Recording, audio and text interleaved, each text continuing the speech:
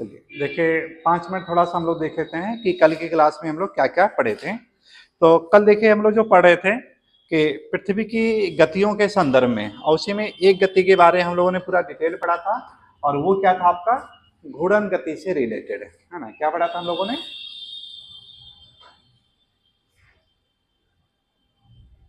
घूर्णन गति के संदर्भ में, या ये कह सकते हैं इसमें रोटेशन से रिलेटेड।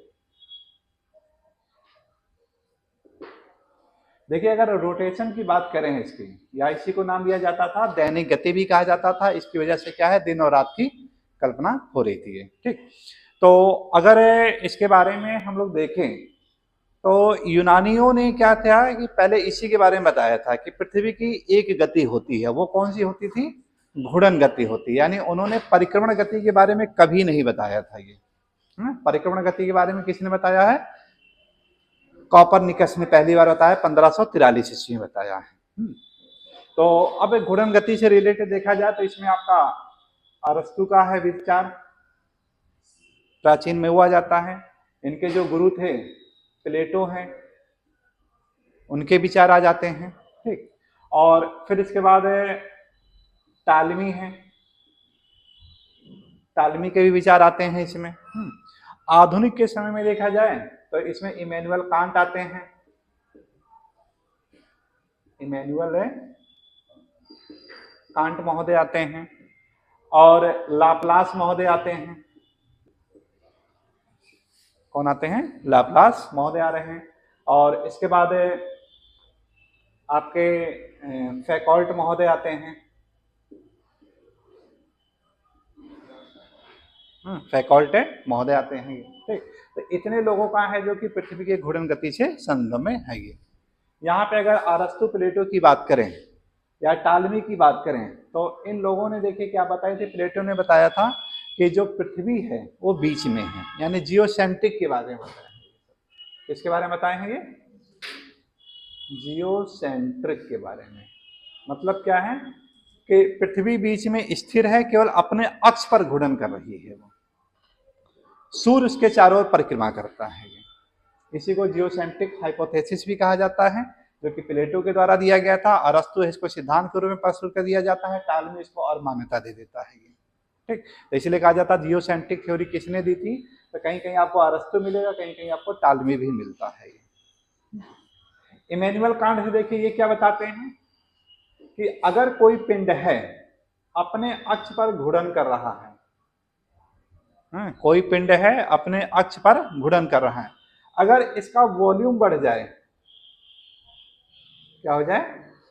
वॉल्यूम में बढ़ा दे तो इसका घूर्णन क्या हो जाता था? तेज हो जाता था। ये यानी इमैनुअल कांट का था। ये लाप्लास क्या बताते हैं? इसी को काट देते हैं, कहीं ये तो बिल्कुल गलत है। ये कोणीय संवेग संरक्षण के नियम के जस्ट अपोजिट है ये। मतलब अब लाप्लास क्या बताते हैं कि कोई पिंड है अपने अक्ष पर अगर घूर्णन कर रहा है, और अगर उसका आकार अगर छोटा होता है, मतलब क्या है, किस पे आधारित है ये? संकुचन के नियम पर आधारित है। ये क्वेश्चन जो आता है संकुचन के नियम पर आधारित है। ये देखिए क्या बता रहे हैं कि एरो बाहर की तरफ जा रहा है, फैलाव की तरफ। ये क्या बता रहे हैं? संकुचन की तरफ है। तो देखिए न्यूटन से दोनों प्रभावित हैं, है ना, क्योंकि न्यूटन इनसे पहले आ चुका है। ये कि एक तरफ है प्रसार हो रहा है, एक तरफ क्या हो रहा है? संकुचन। एक तरफ यानी अपकेंद्रीय बल कार्य कर रहा है, एक तरफ क्या है? अभिकेंद्रीय बल कार्य कर रहा है। ठीक, ये क्या कर रहे हैं? संकुचन।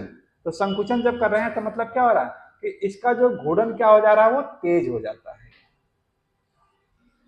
ये था यानी विचारधारा इनका था। अंत में हम लोग क्या है, इसको सही मान लेते हैं और ये बिल्कुल गलत हो जाता है। फैकॉल्ट महोदय हैं, ये कहाँ के हैं? फ्रांस के हैं, और 8 जनवरी 1851 को इन्होंने जो अपना फैकॉल्ट पेंडुलम के बारे में बताया है कि पृथ्वी के घूर्णन से रिलेटेड, कि कभी कभी इसकी गति धीमी हो जाती है, कभी कभी गति इसकी तेज हो जाती है। यानी कभी कभी क्या हो जाता है, कोई ऐसी जो क्रियाएं होती हैं ह्यूमन के द्वारा कि उसका मास बढ़ जाता है, इस वजह से धीमा पड़ जा रहा है। कभी यह हो सकता है कि कहा जाता है कि हमारी पृथ्वी धीरे धीरे क्या हो रही है? कि संकुचित हो रही है। तो उस वजह से क्या हो रहा है कि उसका यानी स्पीड यानी तेज हो जाना, ये सब चीजें, तो ये सब यानी फैकल्ट महोदय बताते हैं। और फैकल्ट के ही आधार पे जो बात आई है कि सन 2024 में जो रिपोर्ट आया है कि हमारी पृथ्वी की गति क्या हो रही है, धीमी हो रही है। उसके पीछे रीजन क्या बताया था कि एक कोई बांध बन रही है। अब कौन सी नदी पे बन रही है वो? यांसी नदी पर। कहाँ पे है? चीन में है। और कौन सी बांध है वो? थ्री गॉर्गेस। पीजीटी 2000 का पेपर देखिएगा, क्वेश्चन आ चुका है ये। ठीक, यानी ये जो डैम बनाया गया था आज से नहीं बन रहा है, सन 2000 से बनाना शुरू किया था वो, और उसी समय क्वेश्चन आया था ये। अब क्वेश्चन क्या था आपका ये? विश्व का कौन सा सबसे विशाल बांध है जो कि विश्व की सबसे ज्यादा जल विद्युत उत्पादन क्षमता होगी? तो यही उत्तर था आपका, थ्री गॉर्गेस।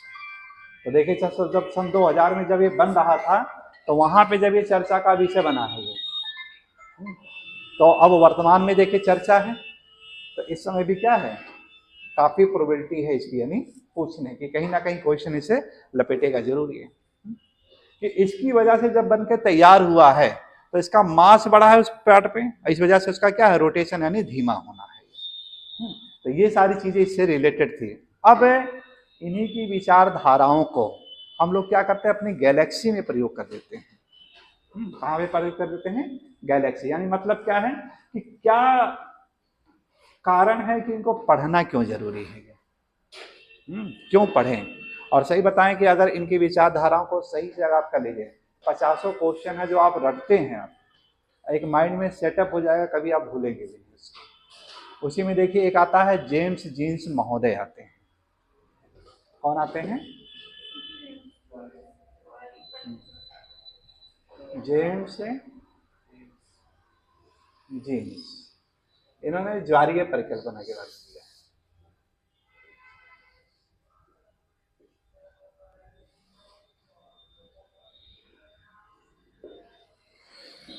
इन्होंने पृथ्वी की उत्पत्ति के संदर्भ में बताया था, सिगार के बारे में बताया था। किसके बारे में बताया है? सिगार।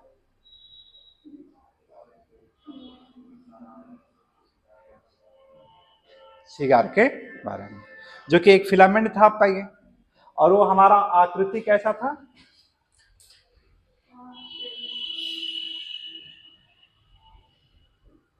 इलिप्स की तरह, ऐसे यानी आंखें की तरह, यानी कह सकते हैं हम लोग कि इन्होंने जो बताया कि किनारे वाले जो भाग थे वो कैसे थे?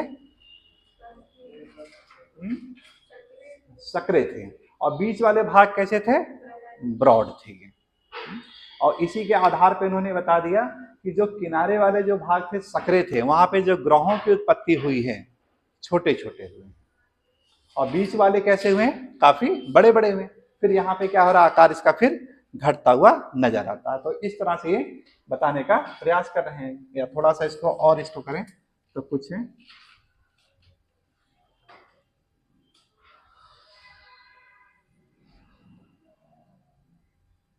ये करें तो और ज्यादा अच्छा रहेगा, ठीक है। इस तरह से यानी इन्होंने बताया। अब जो जेम्स जीन्स बता रहे हैं, तो उन्होंने तो 9 ग्रहों के बारे में बताया, लेकिन 2006 में देखिए क्या बताया है कि नासा के वैज्ञानिकों ने यह सिद्ध कर दिया कि प्लूटो को अब ग्रह से मानने की उसको जरूरत नहीं है। क्यों? क्योंकि जब वो परिक्रमण कर रहा है तो दूसरे में क्या कर रहा, ओवरलैपिंग कर रहा था। वो वरुण में ओवरलैपिंग कर रहा था, इस वजह से इसको यानी ग्रह की श्रेणी से हटा देना ही उचित था ये। तो अब प्रेजेंट टाइम में देखा जाए हमारे सोलर सिस्टम में कुल ग्रहों की संख्या कितनी हो गई है? 8 हो गई है। उनमें से 4 हैं जिसको आउटर कहते हैं, और 4 है जिसको इनर कहा जाता है। ग्रहों की संख्या कितनी है? 8 ही है, ठीक। अब इनमें देखा जाए कि जो पृथ्वी है और जो बृहस्पति है, इसी के आधार पे किया गया है ये। एक कहा गया है कि पार्थिव ग्रह कहा गया है। तो पार्थिव ग्रह क्यों कहा गया है?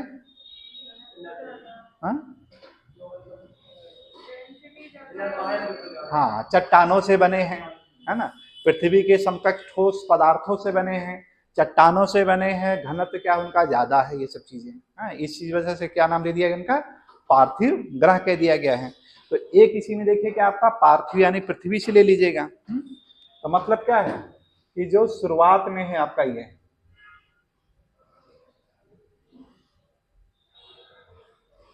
ये आपका बुध है।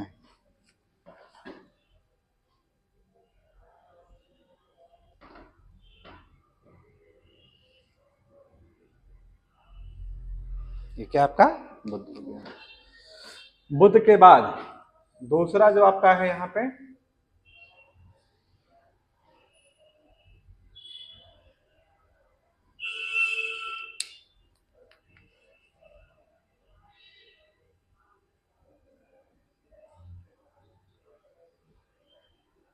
शुक्र है। शुक्र के बाद इसके बाद जो आपका है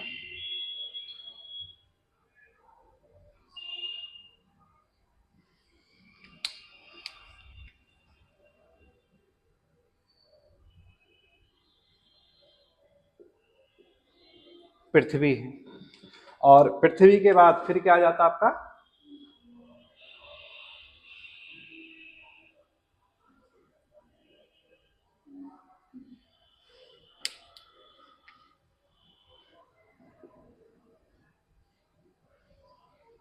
मंगल आ जाता है।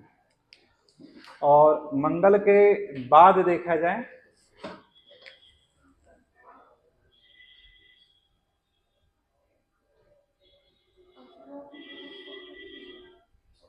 ये क्या हो जाएगा आपका?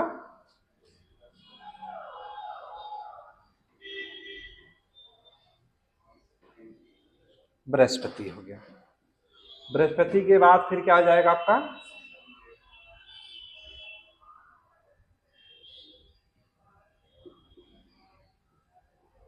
शनि। शनि के बाद क्या हो जाएगा आपका? अरुण। और लास्ट में क्या हो जाएगा आपका? वरुण कर दीजिएगा यहाँ।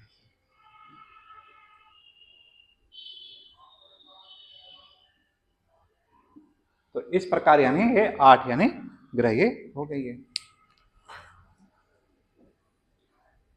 अब जो शुरुआत वाले 4 हैं इन्हें क्या कहा जाता है? इनर, आंतरिक ग्रह कहते हैं।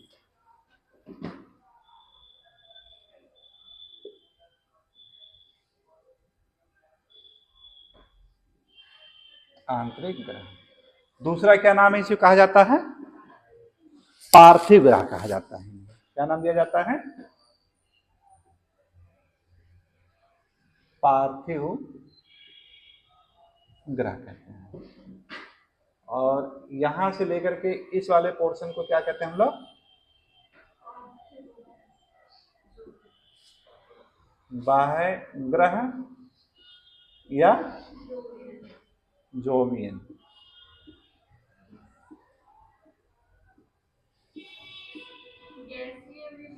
हाँ, जैसियन भी कहते हैं, जोवियन है ना। मतलब जोवियन का मतलब यहाँ पे है पृथ्वी, बृहस्पति से लिया गया है।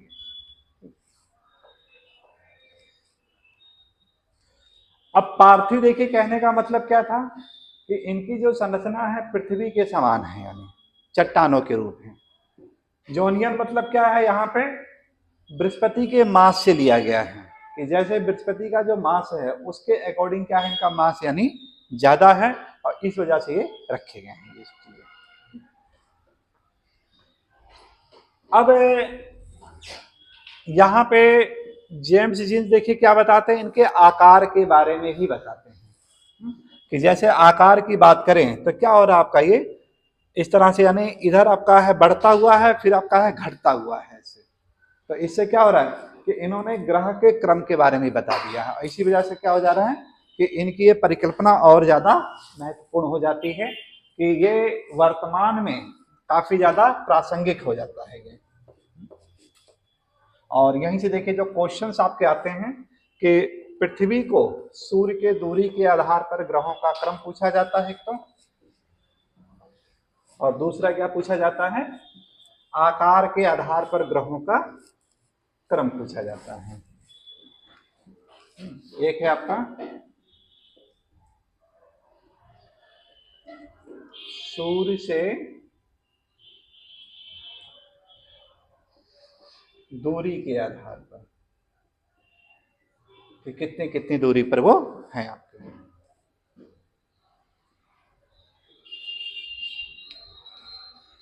और दूसरा आपका है कि इनके आकार के आधार पे हैं। तो इसका एक ट्रिक भी है बहुत बढ़िया, हम उसको कर सकते हैं।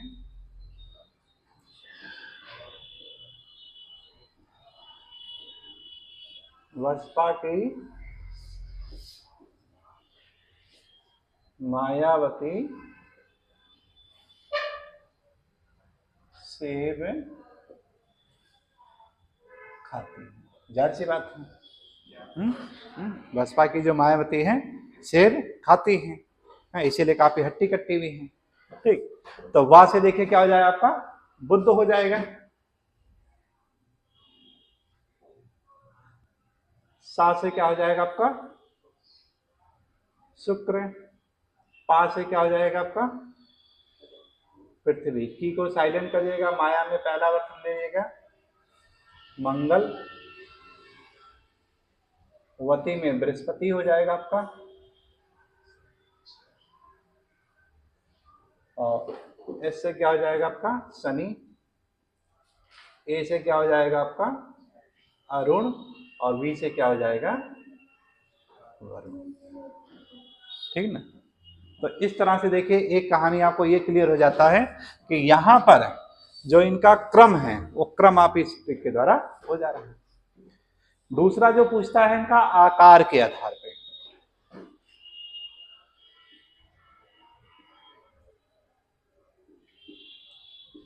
आकार के आधार पर ग्रहों का क्रम पूछता है।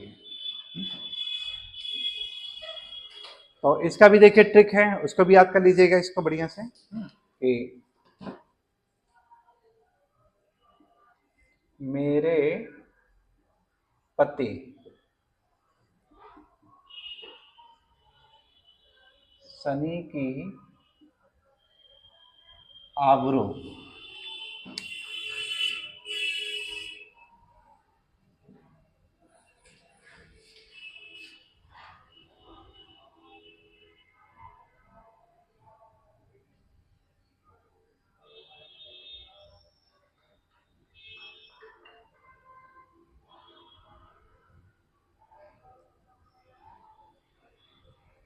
पृथ्वी के शंभु ने बचाई। ठीक है, यहां से इसको निकाल लीजिएगा। मेरे को काट दिएगा, पति से क्या हो जाएगा आपका, बृहस्पति। शनि का शनि हो जाएगा। की को काट दिएगा, आ से क्या हो जाएगा, अरुण। वा से क्या हो जाएगा, वरु से वरुण। पृथ्वी 5वें नंबर पे। और सा से क्या हो जाएगा आपका, शुक्र। मां से मंगल। और बा से क्या हो जाएगा आपका, ठीक। तो यहां से देखिए ये भी आपका जा रहा है। अब क्वेश्चन देखिए यहां से कैसे कैसे आए हुए हैं, इन्हीं से क्वेश्चन खूब पूछे जाते हैं।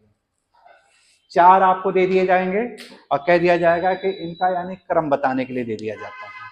ठीक है ना, इनका क्या कर दिया जाता है, क्रम, यानी इस तरह से बताइए आपको दूरी के आधार में। या ऐसे पूछ लिया जाता है कि आकार के आधार पर पृथ्वी का घटते क्रम में कौन सा स्थान आता है, तो क्या उत्तर होता है, 5वां आया हुआ है। और बढ़ते हुए क्रम में क्या आता है आपका, चौथा आता है। ठीक ना।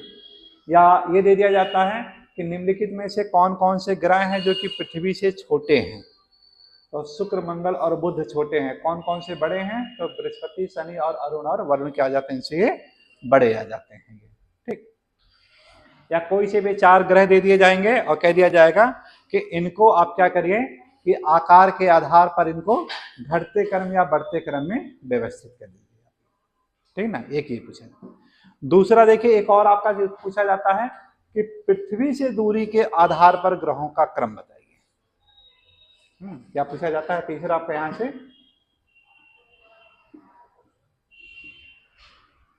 पृथ्वी से दूरी के आधार पर ग्रहों का क्रम बताने के लिए। तो देखिए, पृथ्वी है, यहीं से त्रिकोण निकल जाता है, यहीं से लेना हम लोगों को पृथ्वी, ठीक। तो पृथ्वी से निकालना है तो पृथ्वी के सबसे निकटतम क्या होगा? शुक्र। उसके बाद क्या हो जाएगा? मंगल। और फिर क्या हो जाता है आपका? बुध। और बुध के बाद फिर क्या हो जाएगा? बृहस्पति, फिर शनि, फिर अरुण, फिर वरुण। यानी यहीं से त्रिकोण निकाल लीजिएगा। यानी मतलब क्या है? यहां से क्या है, पहले इन तीनों को लिख दीजिए,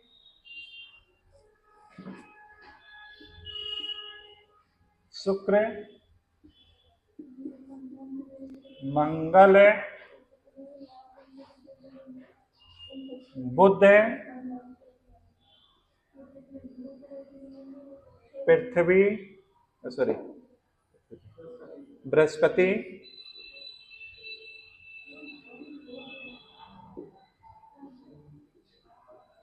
शनि, अरुण,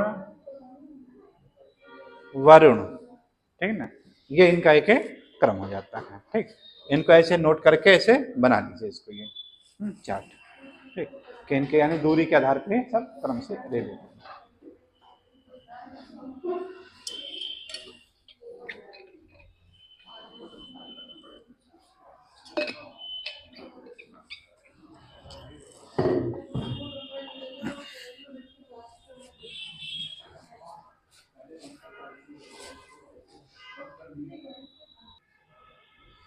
अब यहां से देखिए, एक चीज निष्कर्ष में क्या आता है कि जो बाह्य ग्रह होते हैं उनका द्रव्यमान बहुत ज्यादा होता है। इनका क्या है? द्रव्यमान बहुत ज्यादा है। और सबसे ज्यादा जो द्रव्यमान वाला ग्रह वो कौन सा है? तो उत्तर क्या होता है? बृहस्पति है आपका भी। और जो आंतरिक ग्रह हैं इनका द्रव्यमान क्या है? कम। इनका द्रव्यमान क्या है? कम है ये, लेकिन इनका घनत्व ज्यादा है ये, है ना। इनका क्या है? घनत्व ज्यादा है ये। तो इस आधार पे देखिए, यहां पे अगर बात करें हम लोग कि अगर मान लेते हैं कि पृथ्वी को ले लेते हैं कि पृथ्वी का द्रव्यमान 1 यूनिट इकाई लेकर के चलते हैं हम लोग। पृथ्वी का द्रव्यमान कितना है? 1 यूनिट इकाई।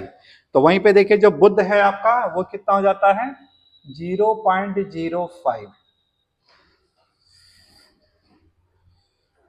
इसके बाद शुक्र है आपका वो 0.082।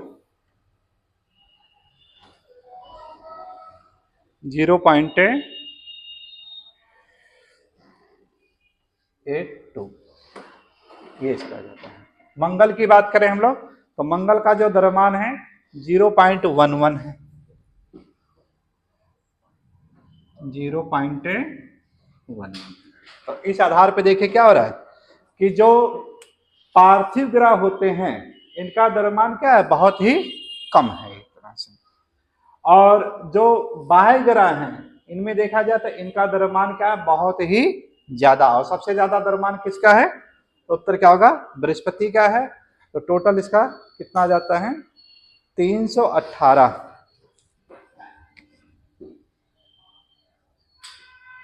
318 यानी पृथ्वी का 318 गुना ज्यादा उसका द्रव्यमान पड़ जा रहा है। फिर वहीं पर आपका है जो शनि है 95।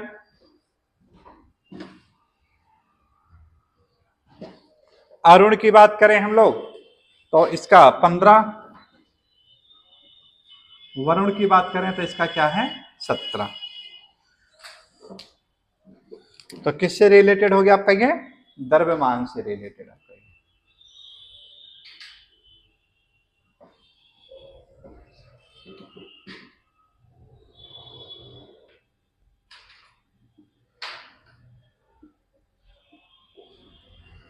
द्रव्यमान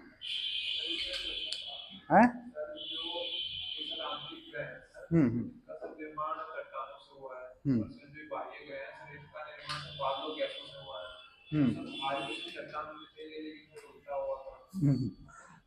अब इसका जवाब तो है जो आलोचना हुई थी जो इनकी यानी चैम्बरलिन उनकी सबकी, ठीक है, तो वो भी यानी कई चीजें हैं जवाब नहीं दे पाए हैं ये, ठीक है। बहुत चीजें हैं जो कि आपके रिसर्च के विषय बनेंगे सब चीजें। तो अब ये तो एनसीईआरटी में दिया गया, इस तरह से इसको यानी हम लोग मान लिए हैं। अब घनत्व इक्वल टू क्या होता है? घनत्व का फार्मूला, घनत्व क्या होता है? द्रव्यमान बटे आयतन, क्यों यही है?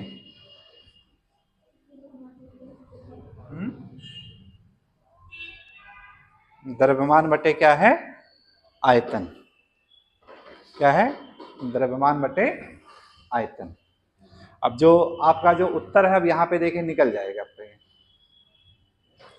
जो आप अभी जो क्वेश्चन पूछे हैं तो उसका उत्तर यही दे देगा आपको कि घनत्व इक्वल टू क्या होता है? द्रव्यमान बटे आयतन। मतलब क्या है कि इनका आयतन ज्यादा है और इनका आयतन क्या है? कम, ठीक है ना। इस वजह से क्या हो रहा है? इनका घनत्व ज्यादा हो जा रहा है, इनका घनत्व कम हो जा रहा है, ठीक है ना। तो यहाँ पे क्या है? द्रव्यमान ही केवल प्रभावित नहीं करता है घनत्व को, आप केवल एक फैक्टर को ले लिए थे, उसको दूसरा फैक्टर क्या प्रभावित करता है? आयतन भी प्रभावित करता है। मतलब क्या है कि जो घनत्व होता है डायरेक्टली प्रोपोर्शनल होता है m के, ठीक है, लेकिन जो घनत्व होता है इनवर्सली प्रोपोर्शनल किसके होता है? वॉल्यूम के भी तो होता है। तो दूसरा फैक्टर जब लागू कर देंगे आपको उत्तर आ जाएगा वहां से, ठीक है। अब यहां से देखा जाए कि इनका जो घनत्व होता वो कम है, क्यों? क्योंकि इनका आयतन ज्यादा है, आकार बड़ा है, इनका जो घनत्व है वो ज्यादा है। अब क्वेश्चन आ जाता है कौन सा ग्रह है जिसका घनत्व सबसे ज्यादा है? तो उत्तर क्या बताते हैं हम लोग? पृथ्वी का घनत्व सबसे ज्यादा है। और कौन सा ग्रह है जो कि पानी पर भी तैरता है? शनि है जो कि उसका पानी पर भी तैरेगा, यानी घनत्व सबसे कम। सब क्वेश्चन आए हुए हैं सबके सभी, हाँ समथिंग के आसपास है। तो यहां से देखिए क्या है कि जो बुध है आपका, तो बुध का घनत्व आपका है जी 4.5 के आसपास,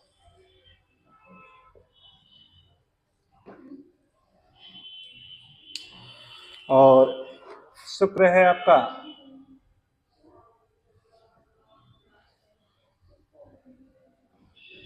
5.0, और पृथ्वी का कितना है? 5.5, और मंगल है आपका 4.0।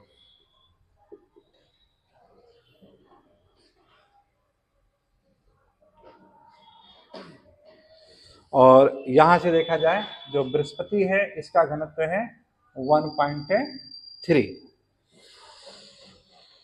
और जो सबसे न्यूनतम आपका है ये 0.3, फिर इसके बाद है 1.5, 2.0,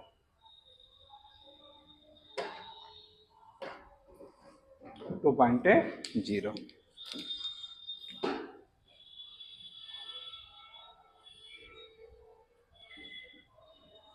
ये इसका घनत्व हो जाता है। अब देखिए क्या बताया जाता है इसमें, जिनका घनत्व ज्यादा है वो बहुत धीरे धीरे स्लो करते हैं अपने एक्सिस पर, यानी इसको पृथ्वी की घूर्णन गति से अब लिंक कर लेते हैं हम लोग यहाँ से, है ना, कि जिनका घनत्व ज्यादा होता है वो धीरे धीरे स्लो करते हैं, और जिनका घनत्व कम होता है वो क्या हो जाता है बहुत तेजी से यानी मूव करते हैं वो। अब इसी को एक छोटी सी कहानी के रूप में हम लोग देख सकते हैं कि कैसे ये होता है ये सब चीजें। हालांकि इसके ऊपर देखा जाए तो आपका जो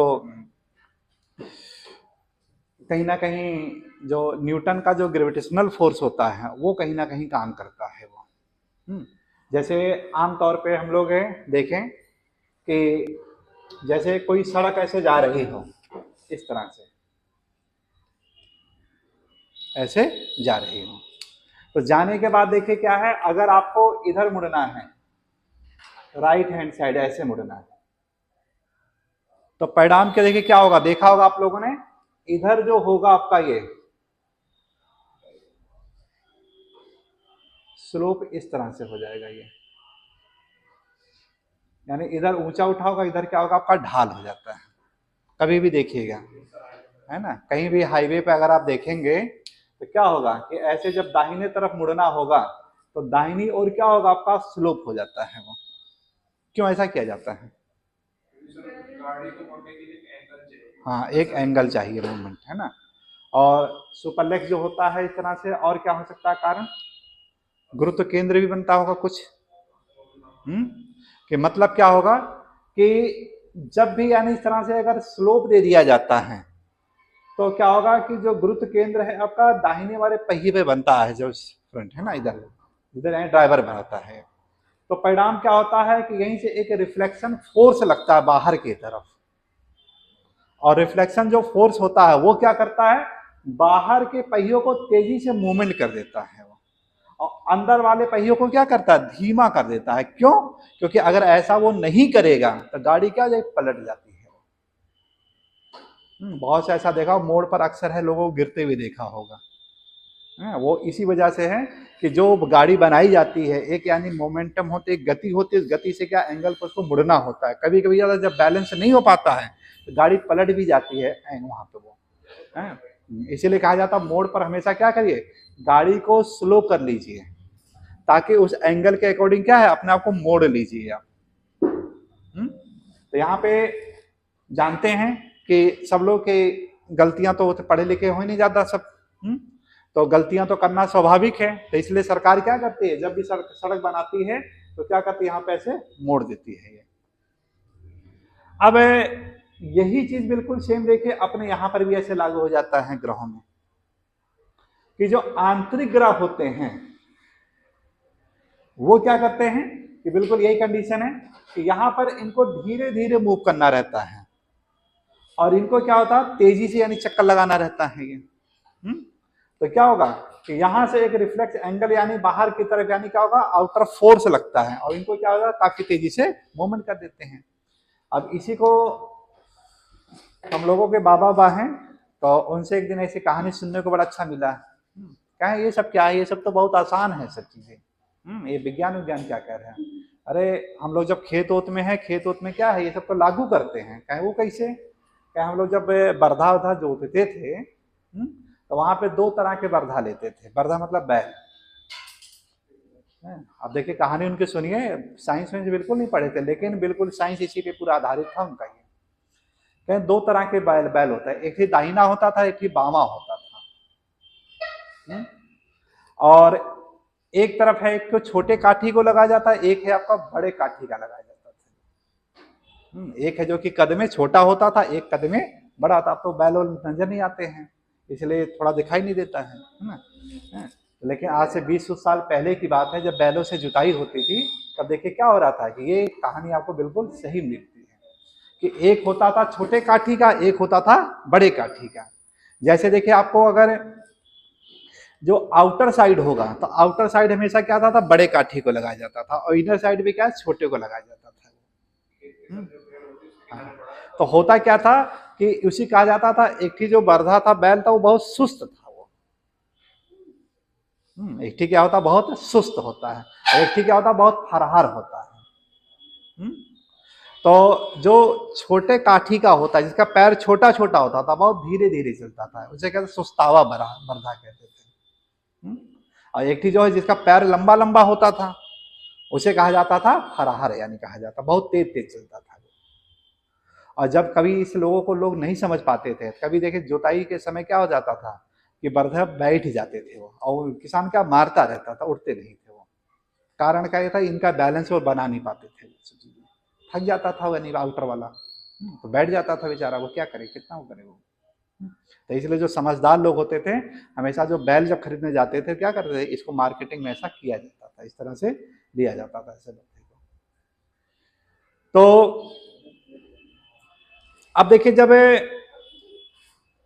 इनर्थ की तरफ है तो क्या उसको कैसे मुड़ना है, तो क्या होगा, जो छोटी काठियों को धीमा धीमा चलना रहता था, क्योंकि ज्यादा उसको मुड़ना नहीं रहता था। लेकिन जो बड़े काठी का रहता था, क्या करता था वो, बहुत तेजी से ज्यादा दूरी तय करनी पड़ती, ज्यादा घूमना पड़ता था।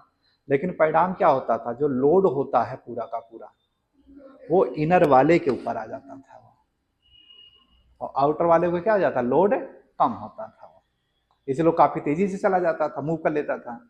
सेम यही कंडीशन क्या होता, हमारे ये जो गाड़ियां जो होती वहां पर भी ये होता है। मतलब क्या होगा कि जब इस तरह से इसको ऊपर उठा दिया जाता तो लोड कहां पर आ जाता है, इनर वाले पे आ जाता है।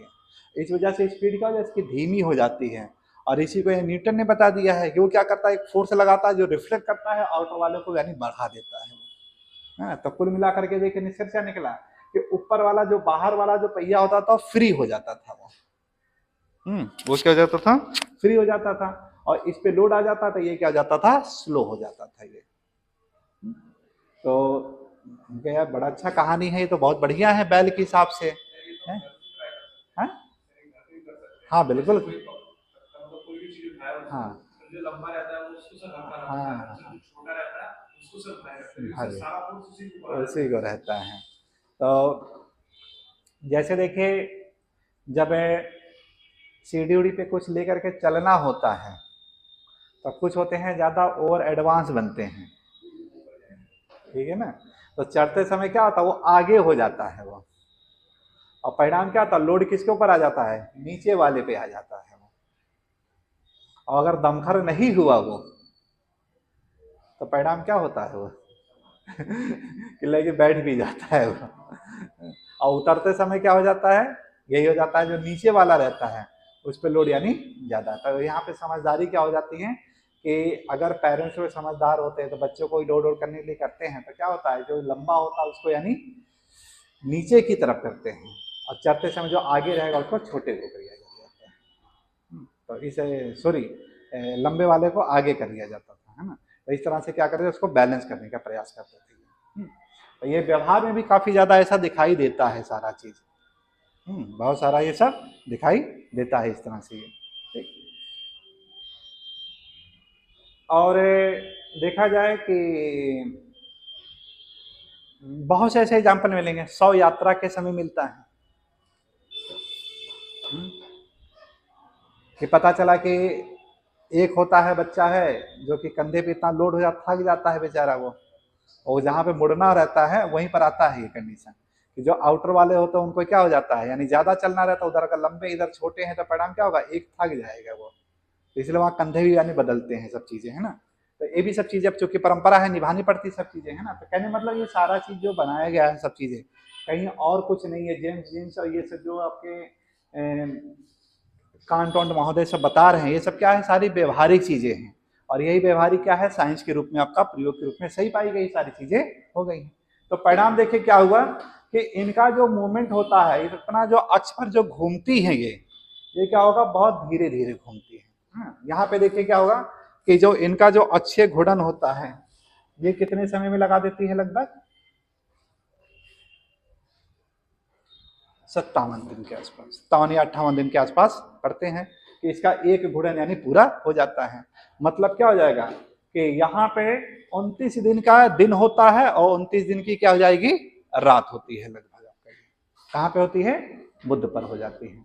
और ये क्या होगा आपका, शुक्र सबसे धीमे धीमे करता है, ये कितना था, 243 आपका है, कितना है, 243 दिन लगा देता है।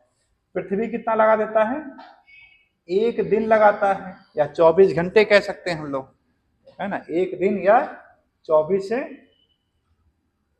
घंटे लगा देता है।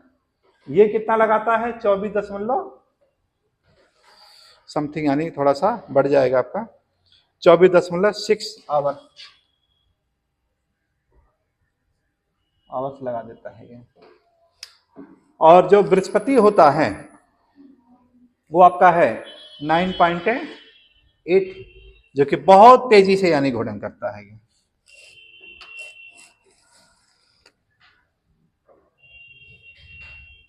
9.8 आवर्स। और जो शनि है आपका वो कितना लगा देता है आपका 10.3 आवर्स। और फिर उसके बाद देखें हम लोग तो 10.8,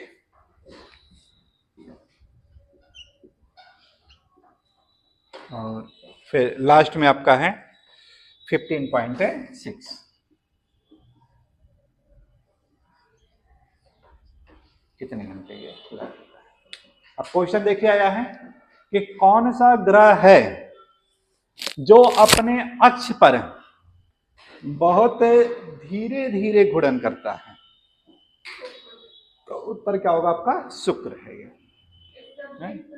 तो मतलब क्या होगा कि यहां पर जो दिन होता है कितने दिन का होगा आपका? एक दिन, यानी देखा जाए तो पृथ्वी के 122, पृथ्वी के 122 दिन के बराबर क्या होगा वहां का एक दिन होता है। ये तो निष्कर्ष में आया। और जब देखिए 122 दिन के बराबर दिन होगा तो इंसुलेशन क्या होगा? बहुत ज्यादा प्राप्त करेगा। जब इंसुलेशन बहुत ज्यादा प्राप्त करेगा तो क्या होगा? गर्म ग्रह होगा ही। यही कारण है कि सबसे निकट होने के बावजूद भी सबसे ज्यादा ग्रह कौन सा हो जाता है गर्म?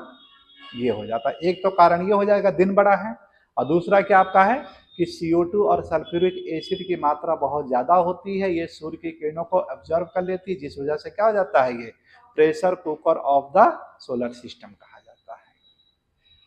ठीक ना, ये इसका मेन कारण हो जाता है। यहां पे देखें हम लोग, अच्छा पृथ्वी की बहन किसे कहा गया है?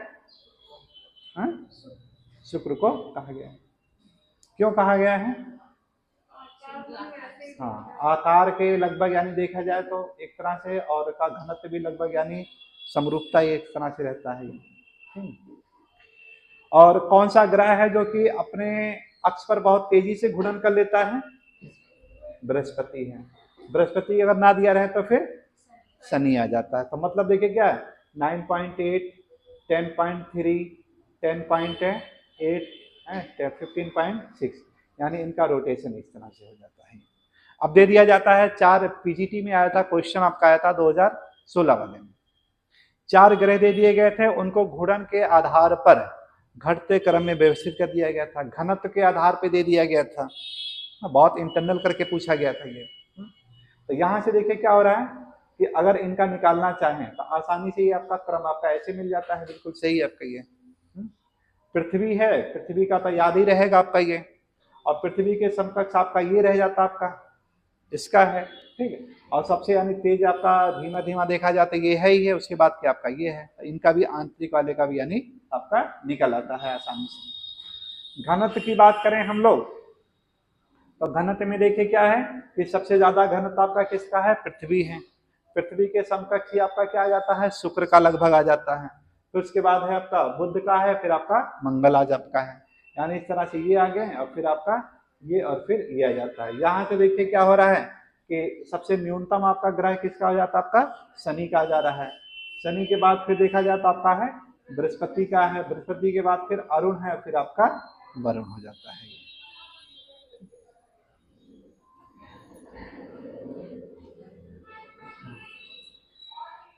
तो ये जो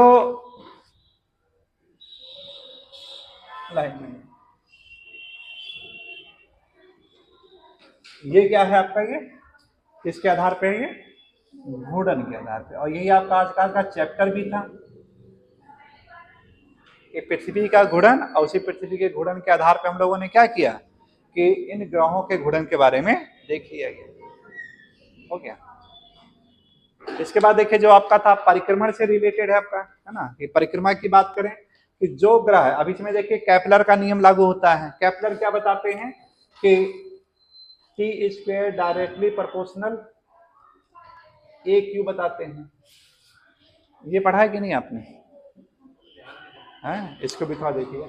इसका देखिए मतलब क्या होता है, केपलर का तीसरा नियम था ये, कि जो ग्रह पृथ्वी के सूर्य के सबसे निकटतम होता है उसका परिक्रमण काल क्या होगा, सबसे कम होता है। जैसे जैसे दूरी बढ़ती है वैसे वैसे परिक्रमण काल भी बढ़ता चला जाता है। यानी परिणाम क्या होगा, यहाँ पे देखा जाए आपका ये 88 दिन का होता है, ये आपका है 225 दिन का है, फिर आपका ये 365 दिन का है, ये 687 दिन का है, इधर आपका है 12 साल का है, ये इधर आपका ये 29 ईयर का है,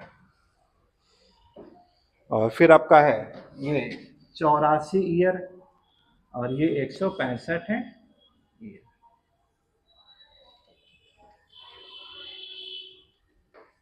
इस तरह से क्या हो जा रहा है इनका ये।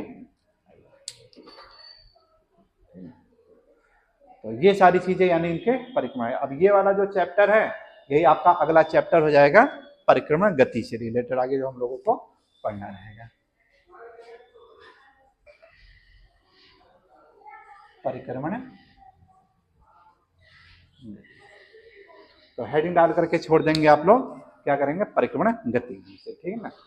अब देखिए भले चार्ट बना दिया गया लेकिन क्वेश्चन यहाँ से खूब आए हुए हैं। कैसे कैसे, वही बैल वाली कहानी आप थोड़ा सा याद रखे रहेगा, या गाड़ियां जो घूमती है मोड़ पर, तो कौन सा पहिया धीमा होता है, कौन सा पहिया तेज होता है, उस कहानी से याद रखेंगे तो आपको पूरा याद हो जाता है।